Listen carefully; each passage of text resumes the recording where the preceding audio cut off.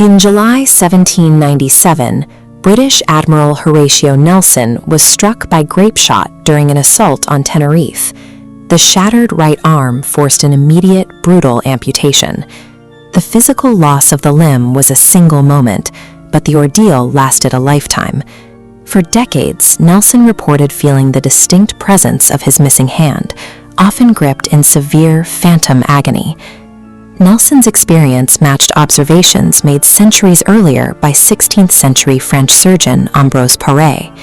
He noticed soldiers whose limbs were removed with these crude tools regularly complained of screaming pain in flesh that no longer existed. This phenomenon pointed to a terrifying hypothesis for the era. The pain existed entirely in the mind, independent of the physical stump. Patients described a highly specific kind of torture. Their missing hands felt as though they were burning, tightly cramped, or locked in relentless, uncontrollable clenching spasms. This presented an absolute roadblock for medicine. You cannot cut into a phantom limb to relieve physical pressure, and you cannot prescribe a physical poultice for a hand you cannot touch. For nearly 4 centuries, doctors viewed the human body strictly as a mechanical machine. They missed the reality that this hardware was being run by a complex, hidden operating system. In the 1990s, neuroscientist Dr. V.S. Ramachandran decided to investigate Pear's 400-year-old medical mystery at its source. Instead of surgical saws, Ramachandran used an MEG scanner, a machine that tracks the tiny magnetic fields produced by neural activity, to see exactly what was happening inside an amputee's head. This diagram illustrates the somatosensory homunculus, the brain's internal map. Neighboring territories exist for the hand and face. When an arm is amputated, the hand real estate loses its signal, going completely dark. Through neuroplasticity, the active face region expands, overriding the dormant hand territory. Because those pathways are now crossed, when you brush a cotton swab across the cheek of an amputee, they physically feel that touch on their phantom hand. The brain's map has literally been redrawn. That explains the sensation of touch. But why were so many of these patients trapped feeling a relentlessly clenched, cramping fist? Movement requires a constant conversation. Your brain sends an electrical command down the spinal cord, instructing the hand to open.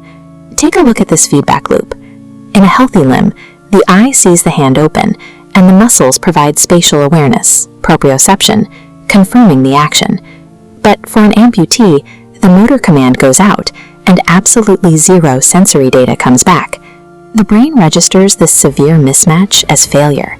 It sends the signal to move, receives no confirmation, and concludes that the limb is completely immobilized. Ramachandran called this learned paralysis. This phantom pain represents a biological software crash, a panicked, endless loop where the brain desperately tries to move a limb it believes is frozen in place. To stop the pain, Dr. Ramachandran realized he needed to feed the brain the exact data it was starving for. He had to trick the visual system into seeing the phantom hand move. His solution was simple. He built a cardboard box with 2 holes and a central mirror. The patient places their intact arm in one side and their stump in the other. The reflection perfectly overlaps the exact space where they feel the phantom limb, and as the patient moves their real hand, they watch their phantom hand mirror the exact same motion. This basic optical illusion provides the missing visual confirmation, immediately patching the brain's broken feedback loop. In Ramachandran's initial tests, patients who had lived with agony for a decade reported immediate relief. As they watched the reflection of their tightly clenched phantom hand slowly open, the physical cramp simply evaporated. With continuous mirror therapy, an even stranger phenomenon occurred. Denied the conflicting sensory inputs that kept the physical illusion alive, the brain began to gradually shrink the phantom limb until it completely vanished, a process known as limb telescoping. Using a $5 mirror, Ramachandran had effectively performed a successful neurological amputation on a ghost.